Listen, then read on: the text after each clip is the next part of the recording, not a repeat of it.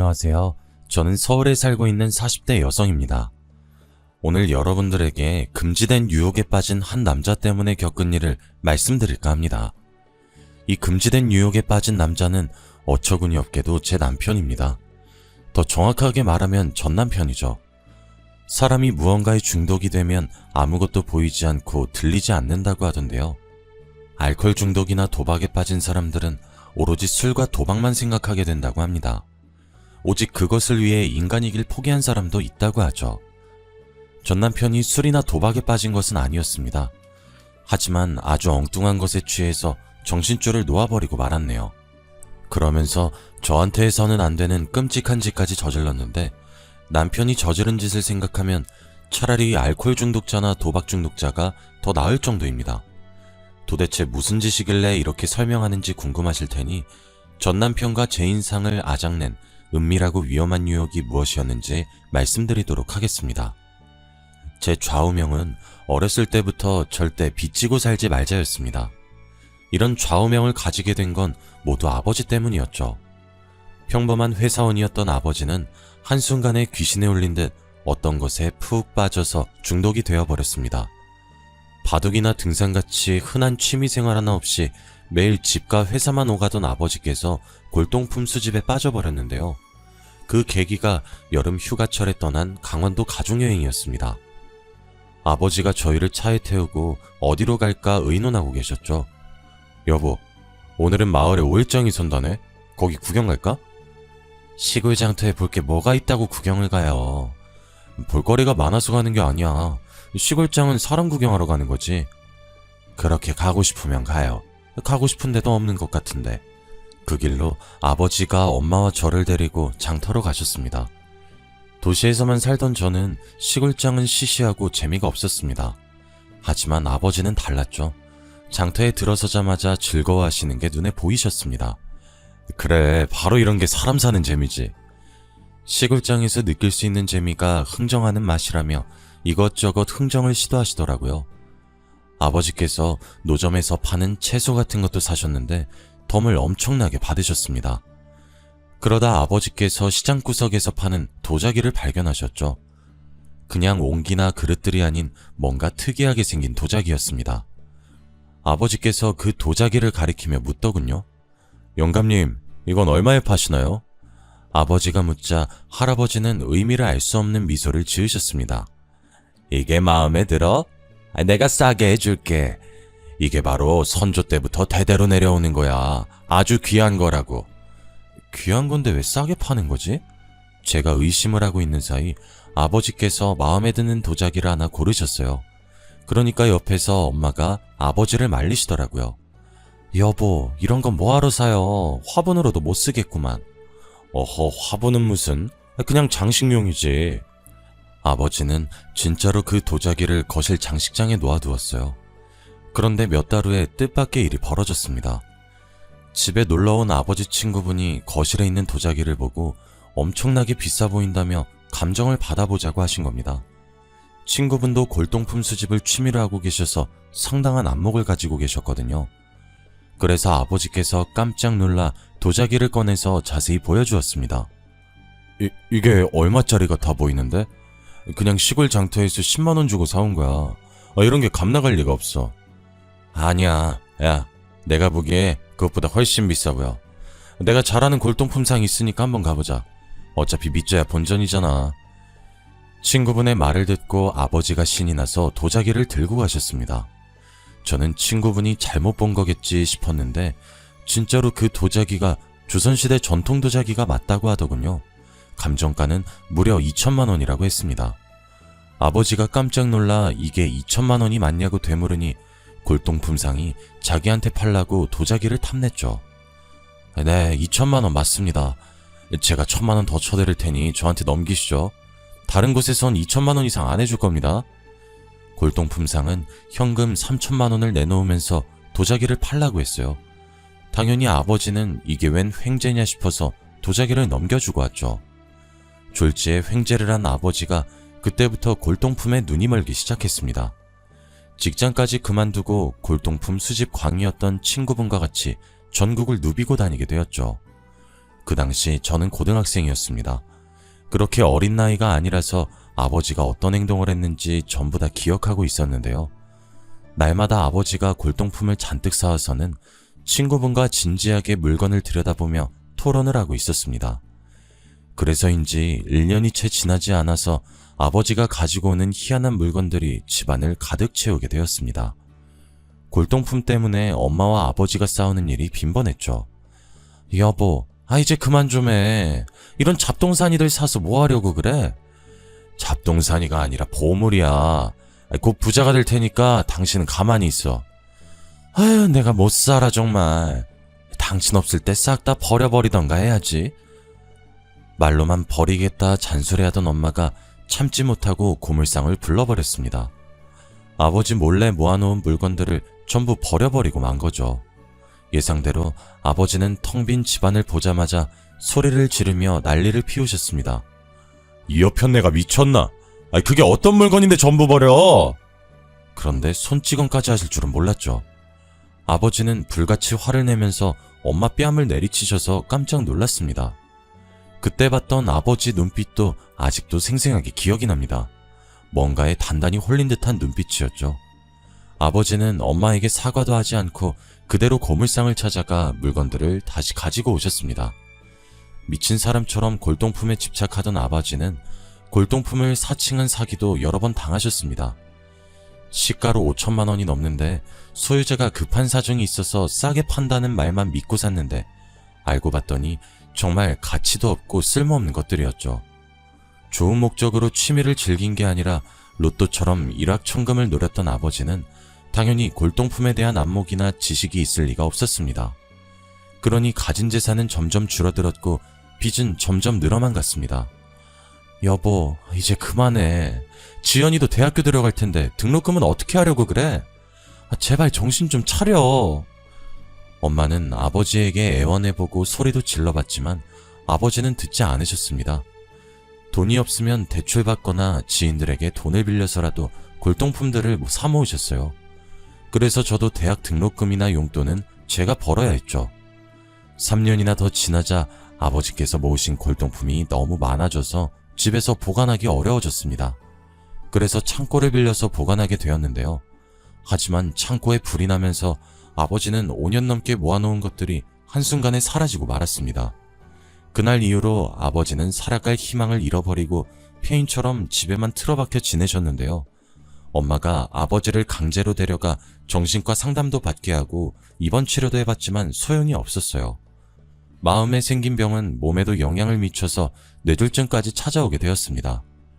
아버지는 끝내 그 병으로 3개월 만에 세상을 떠나시고 마셨죠.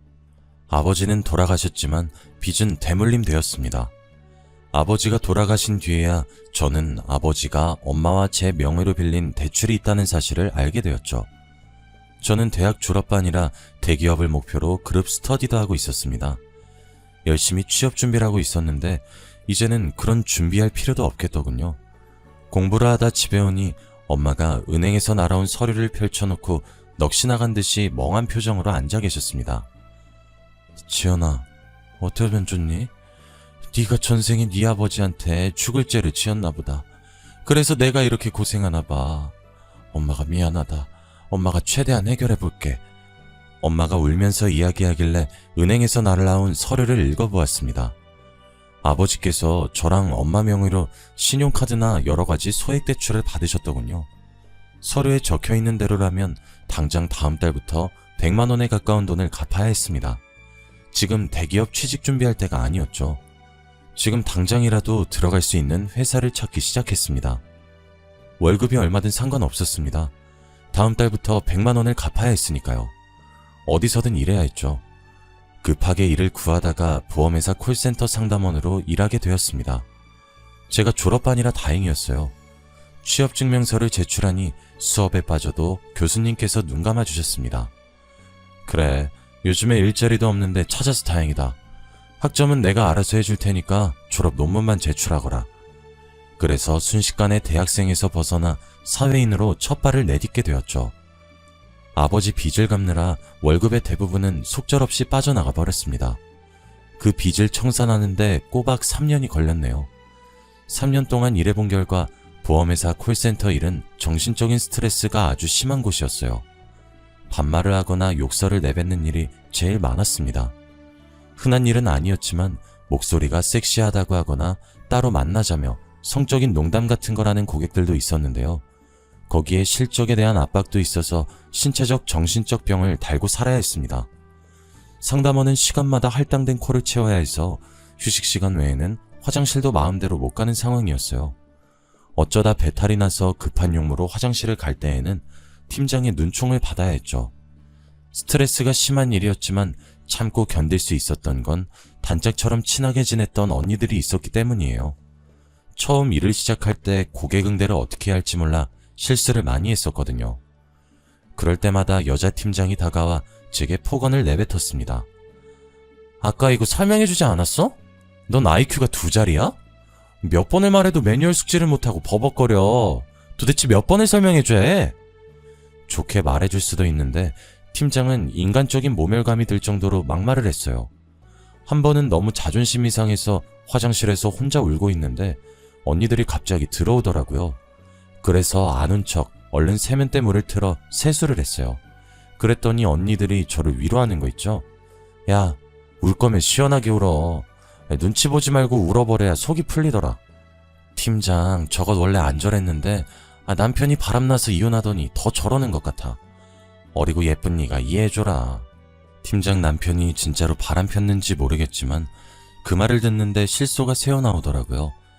제가 웃음을 터뜨리니까 언니들이 울다가 웃으면 엉덩이에 뿔 난다며 장난을 걸어주셨어요. 그 후로 언니들이 제가 팀장에게 당할 때마다 여러모로 도와주었어요. 팀장 뒷담을 하며 친해지다 보니 저희들 셋은 정말 절친이 되었죠. 점심시간에 같이 밥을 먹거나 카페에 가서 놀고 오는 일도 잦았어요. 그래서 저희들이 아지트처럼 애용하는 카페도 따로 있었는데요. 총각인 사장이 운영하는 아주 작은 카페였는데 저희가 온 지 1년 정도가 지나니까 카페 사장님도 저희가 올 때마다 반겨주시더라고요. 어서오세요. 오늘도 김치찌개 드셨어요? 여기 근처는 그나마 김치찌개가 나아요. 사장님은 밥 드셨어요? 저도 김치찌개 먹어봤는데 맛있더라고요. 자주 오셔서 그런데 디저트로 치즈케이크 드릴까요? 어머, 서비스예요? 당연하죠.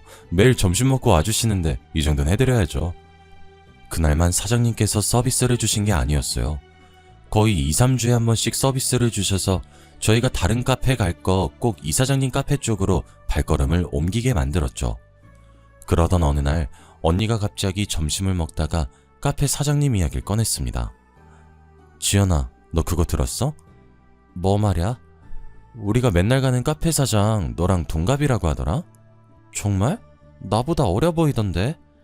내가 퇴근 후에 가서 이것저것 물어봤는데 그 사람이 언니가 하는 말을 들어보니 사장님이 고등학교 다닐 때부터 커피 만드는데 관심이 많았다고 합니다. 그래서 고3 때 대학에 가는 대신 바리스타 자격증을 땄다고 하죠. 부모님을 설득해서 20살에 창업을 했다는 말을 듣고 기분이 우울해졌습니다. 누구는 27에 사장 소리 듣는데 저는 팀장 눈치 보면서 전화기만 붙들고 씨름해야 하니까요. 하지만 제 아버지가 인생을 그렇게 사신 거 누굴 탓해야 할까요? 그저 하루하루 열심히 살면서 평소처럼 점심엔 김치찌개, 후식으로 커피를 마시러 갔죠. 카페 사장님도 저와 동갑이란 걸 알게 되었는지 저를 보고 아는 척을 했습니다. 안녕하세요, 지연씨. 아, 제 이름 알고 계셨어요? 당연하죠. 저 저번 주에도 이름 부르면서 인사했는데. 언제요? 저는 못 들었는데. 우리 나이도 같잖아요. 편하게 말 나요. 이렇게 갑자기요? 제가 당황스러워하니까 언니들이 저 좋아하더라고요. 둘이 뭐 하는 거냐고 호들갑을 떨길래 얼른 사무실로 돌아가자고 화제를 돌렸습니다. 언니들이 사무실로 돌아오는 길에 사장님이 나한테 관심 있어 보인다는 말을 하긴 했지만 못 들은 척 했습니다. 괜히 장난을 치는 거라고 생각했거든요. 워낙 놀리는 걸 좋아하는 언니들이 하는 농담이라고 생각했는데 날이 갈수록 사장님의 행동이 이상해 보였습니다. 저한테 다정하게 지연아 라고 부르는 거나 제가 달달한 커피를 좋아하는 걸 알고 메뉴에도 없는 커피를 만들어준 적이 있었습니다. 그래서 조금 설레긴 했죠. 그러다가 사장님이 점심시간에 저를 보고 부탁을 했습니다. 요즘 퇴근 시간대에 사람이 늘어나서 힘들다며 퇴근한 다음에 카페에 들려서 일을 도와달란 것이었습니다. 일당은 두둑히 주겠다고 해서 퇴근 후에 카페로 달려갔는데요. 사장님이랑 똑같은 앞치마를 입고 일해서 그럴까요? 손님이 저희를 보고는 낯간지러운 말을 했습니다. 아이고, 부부가 같이 장사하니까 보기 좋네. 이렇게 말하고 커피를 가지고 가버려서 해명하기도 그랬습니다. 제 얼굴이 새빨개져서 아무 말도 못하고 있는데 사장은 뭐가 그리 좋은지 혼자 키득거리고 있었죠. 지연아, 너도 들었지? 우리가 부부래. 우리 잘 어울리나 봐. 무슨 소리 하는 거야? 또 이상한 장난친다. 그냥 지나가는 말로 하는 걸 거야. 근데 왜 아무 말도 안 했어? 싫으면 아니라고 말하지. 아니, 그냥 자기 할 말만 하고 가버리니까 그랬지. 그리고 막 싫지도 않았고. 나쁜 말은 아니잖아? 보기 좋다고 했으니까. 싫지 않다고? 그럼 좋아? 사장님이 그 말을 하는데 어찌나 설레던지 관심 없었던 남자였는데 점점 다르게 보였습니다. 그래서 생전 물어보지도 않던 이름이나 취미 같은 것도 물어보았죠. 성재한테 관심이 생기니 용돈 삼아 계속 같이 일하는 것도 좋을 것 같다는 생각도 들었습니다.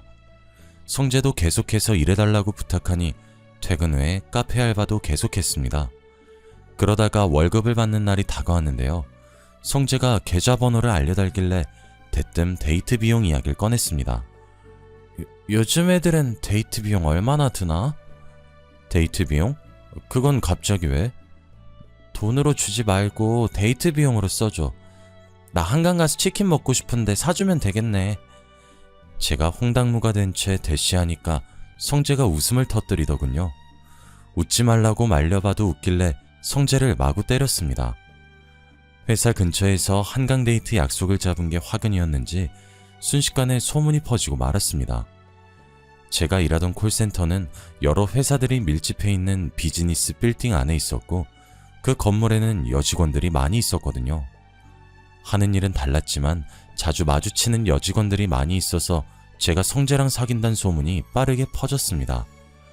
아직 사귀는 것도 아닌데 이런 소문이 나서 당황스럽다고 하니 언니들이 사귀는 거나 다름없는 거라고 하더군요. 한강 데이트 가기로 한 거면 사귀는 거나 다름없지. 그리고 카페 사장이랑 한두 번 본 것도 아니잖아.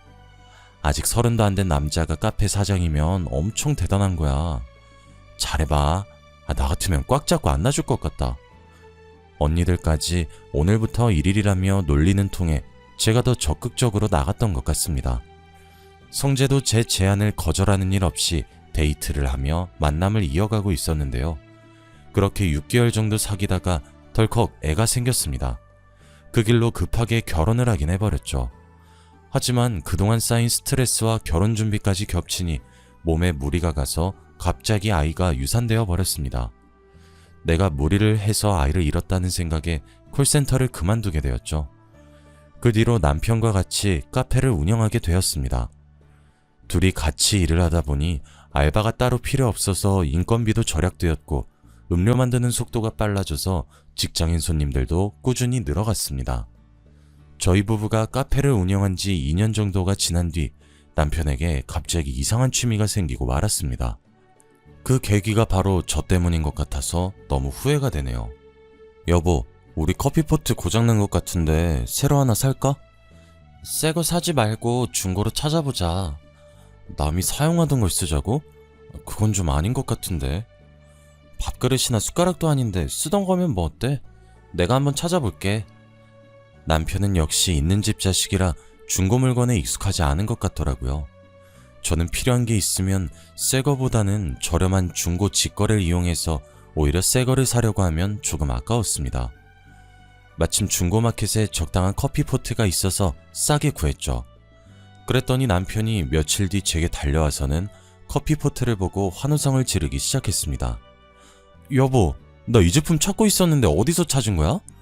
이거 품절이라서 못 샀는데 이게 10,000원짜리라고? 완전 횡재했네. 거봐, 잘 찾아보면 새 거보다 좋은 애들 있다니까. 중고를 탐탁치 않게 생각하던 남편은 그때부터 중고마켓 매니아가 되었습니다. 필요한 게 있으면 자기가 먼저 나서서 중고마켓을 뒤질 정도였죠.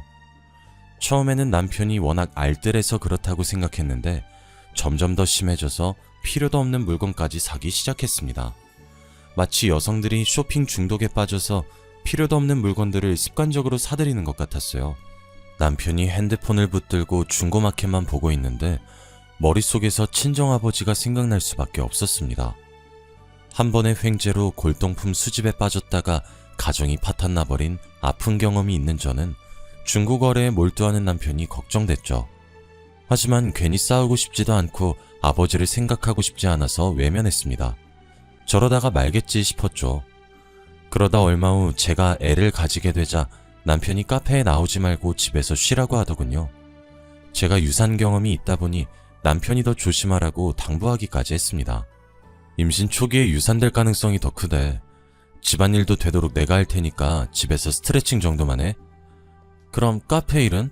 요즘 손님 많아져서 혼자서 힘들잖아. 알바 구하려고. 중고마켓에 광고 냈으니까 당신은 집에서 쉬어도 돼. 아니, 중고마켓에서 알바까지 알아봐 준다는 거야? 나도 몰랐는데 거기 들어가면 없는 게 없어. 완전히 신세계야. 남편이 중고마켓에서 물건을 사다 못해 사람까지 사더군요. 빨리 구해진 알바 덕분에 저는 집에서 출산 준비를 하게 되었습니다.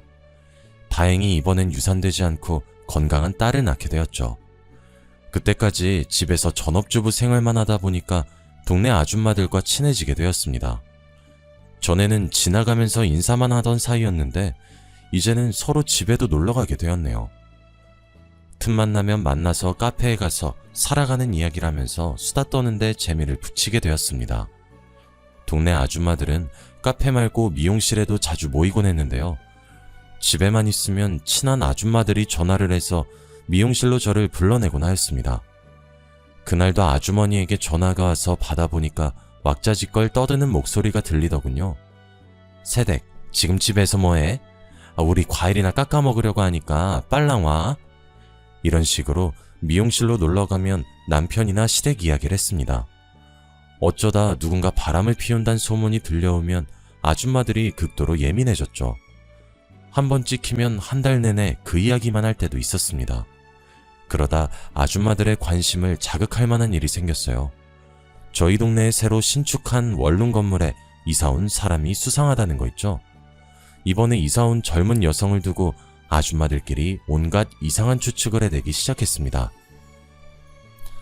내가 부동산에서 들었는데 원룸에 이사온 그 여자 유흥업소 도우미로 일한대. 아니야, 내가 듣기론 남편하고 이혼하고 위자료 받아서 원룸 얻어서 왔다던데. 그게 정말이야? 사실 둘 다 맞는 말 아니야? 헐, 설마 도우미로 일하다가 남편한테 걸려서 이혼당한 건가? 아줌마들이 원룸에 사는 여자를 두고 이혼녀에다 남자관계가 문란한 여자라고 근거도 없는 말을 만들어내더군요. 저는 그런 말을 잠자코 듣고만 있었지 어떠한 첨언도 하지 않았습니다. 그리고 얼마 지나지 않아서 남편의 수상한 밤나들이가 시작되었어요. 남편이 중고거래를 한다면서 꼭 밤 12시 넘어서 밖을 나가는 것이었습니다. 제가 왜 이 시간에 나가냐고 물어보면 남편이 귀찮다는 듯 둘러대다가 휙 나가버렸습니다. 내가 가게 문 닫고 들어오면 지금밖에 시간이 안 되잖아. 그 사람도 이 근처에 살아서 이 시간 괜찮다고 했어. 요즘 세상이 흉흉해서 범죄에 연루되거나 이상한 사람을 만나면 어쩌려고 저러나 걱정이 되었습니다. 그래서 남편이 오길 기다렸는데요. 밤늦은 시간에 아무렇지 않게 만나려고 하니 저는 당연히 상대방도 남자라고 생각했죠. 아무리 기다려도 남편이 오지 않자 어떤 괴한에 당했나 싶어 몇 번이나 전화를 걸어보았습니다.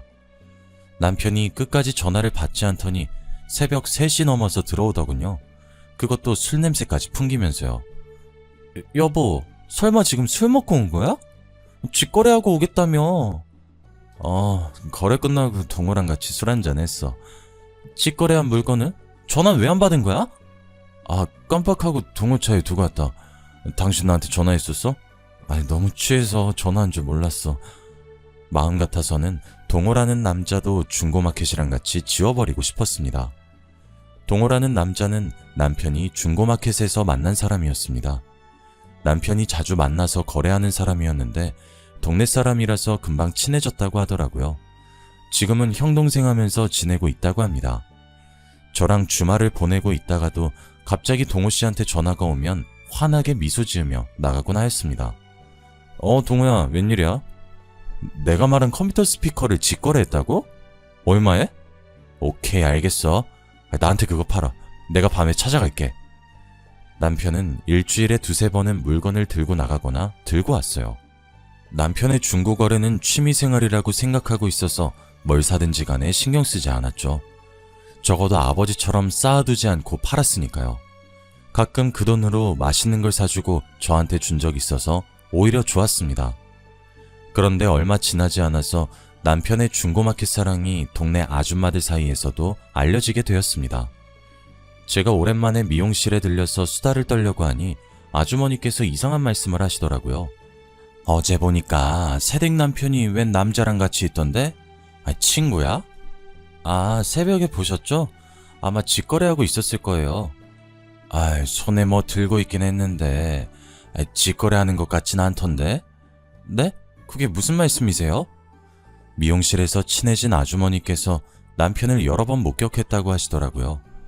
아주머니께서 지하철에서 청소 일을 하고 있는데 출근 시간이 지하철이 끊어지는 밤 12시라며 출근을 할 때마다 남편이 낯선 남자랑 같이 있는 모습을 자주 보았다고 합니다. 그 모습이 매우 이상했다고 하길래 헛웃음을 지었죠. 에이, 마약 같은 거 판다고 생각하신 거예요? 우리 남편 그런 사람 아니에요. 아니, 이상하잖아. 새댁 남편은 그 남자하고만 거래? 내가 보니까 둘이 너무 이상하게 친한 것 같더라고. 아줌마는 분명 둘이 남자 사이인데 한 몸처럼 딱 붙어 있었다고 하더라고요. 그래서 저는 아주머니께 잘못 보신 것 같다고 어색하게 웃으면서 넘기고 말았습니다. 괜히 헛소문이 날까봐 얼른 화제를 넘긴 것도 있었습니다. 소문이 진짜면 어쩌지 하는 생각을 하루에 수도 없이 고민하던 때였습니다. 집에서 애만 보다가 어쩌다 한 번씩 미용실에서 아줌마들과 수다를 떠는 것에 너무 집착하는 것 같아서 다른 취미생활을 가지려고 결심했습니다. 구청에서 하는 문화센터 강좌를 신청했는데 그곳에서 원룸에 산다는 여자를 만나게 되었죠. 아주머니들이 도우미로 일하다가 남편한테 이혼당한 것 같다는 그 여자를요. 저를 보자마자 새침하게 모른 척하고 지나갈 줄 알았는데 생각보다 사근사근하게 절 반겨주더라고요. 어머, 안녕하세요. 건너편 빌라에 사시는 분 맞으시죠? 동네 지나면서 몇 번 봤던 것 같은데 인사를 못 드렸네요. 저 빌라 앞 원룸 건물 거기 사는 사람이에요. 네, 반가워요. 문화센터 강좌 신청서를 쓰고 있었는지 신청서에 이름이 적혀 있더군요. 그 여자의 이름은 정세희였습니다. 세희 씨에게 대해 너무 많이 이야기 나눠서 잘 알고 있었지만 일부러 모른 척 했습니다. 제가 일부러 못 본 척 지나가고 무시하는데도 세희 씨는 먼저 다가와서 제게 인사해 주더라고요. 해프고 질이 안 좋은 여자로 소문이 나 있어서 웬만하면 피하려고 했지만 강좌를 들으면서 대화해보니 교양이 있는 지적인 여성이었습니다. 세희 씨는 프리랜서로 웹디자인 일을 한다고 하더군요. 부침성 있는 싹싹한 성격이어서 저랑 몇 번 말 섞지 않았는데 언니라고 부르기도 했습니다. 저도 세희 씨라고 부르다가 세희라고 부르며 말을 편하게 하기 시작했죠. 시간이 지나 세희가 집으로 놀러 오라며 초대하는 일도 있었습니다. 언니, 오늘은 내 집 가서 같이 커피 마실래? 직거래로 향이 끝내주는 원두를 구했거든. 세희 너도 직거래? 우리 남편은 중고마켓 중독자야. 맨날 그것만 쳐다보고 있더라고. 그렇구나. 난 어쩌다 한 번씩 싸게 나오는 물건 있으면 사는 정도야. 그럼 언니네 남편은 중고 물건 사는 꿀팁 있겠네?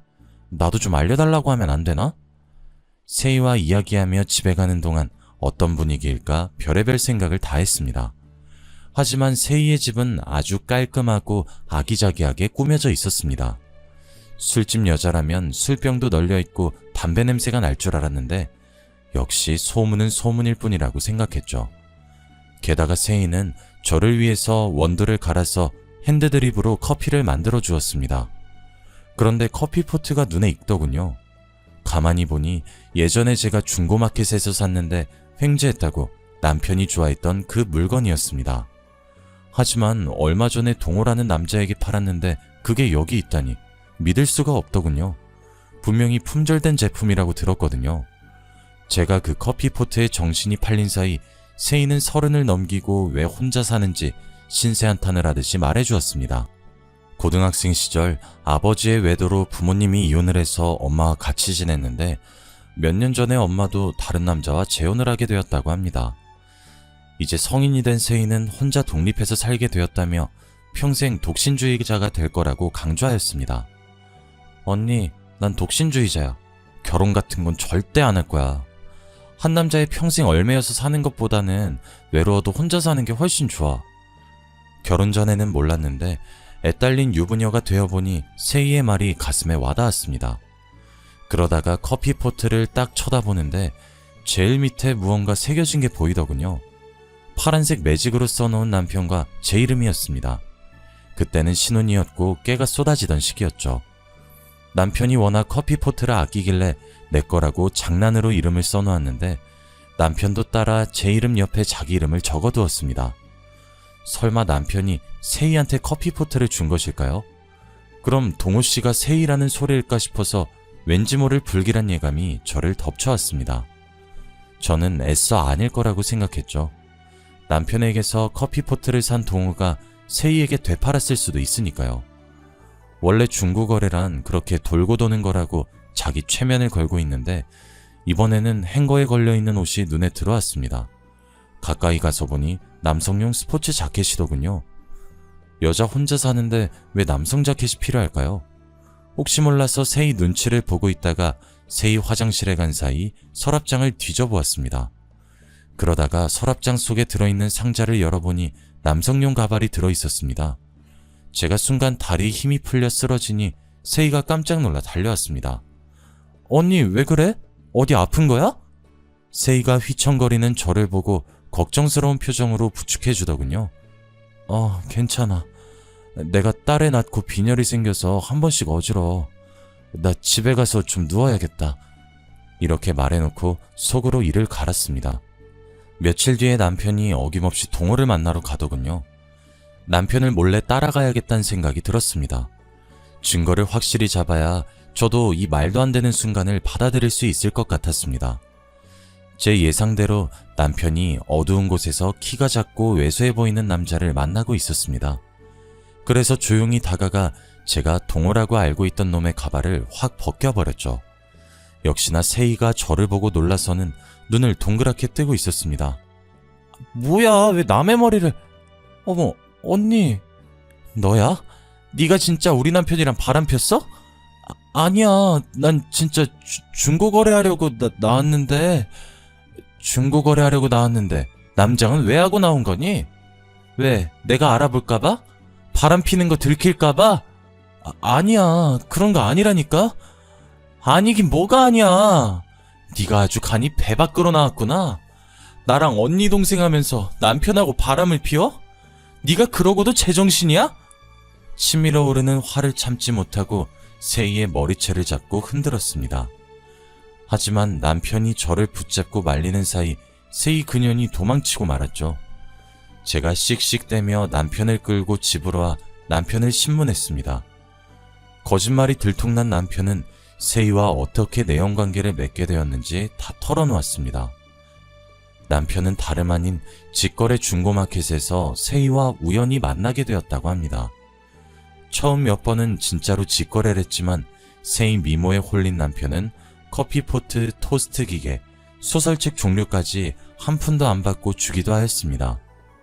그렇게 매일 만나면서 세이와 가까워진 남편은 서로의 몸을 거래할 만큼 가까워져서 내연관계를 맺게 된 겁니다.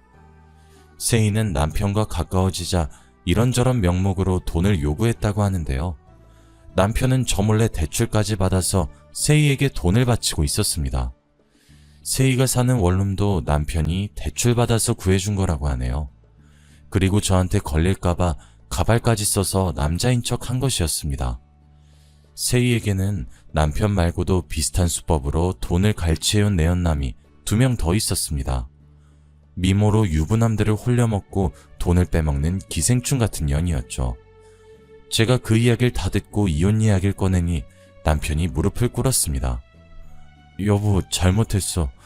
입이 10개라도 할 말 없지만 제발 한 번만 용서해줘. 지금 그걸 말이라고 해? 도대체 나를 몇 년 동안 속인 거야?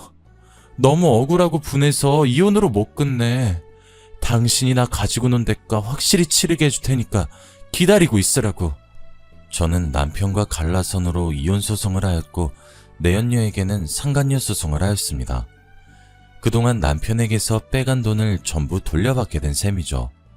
게다가 세희는 동네에서 얼굴도 못 들고 다닐 정도로 아주머니들이 마주칠 때마다 앞담을 해댔다고 합니다. 아주머니 말로는 세희 그년이 이사를 간 것 같다고 하더군요.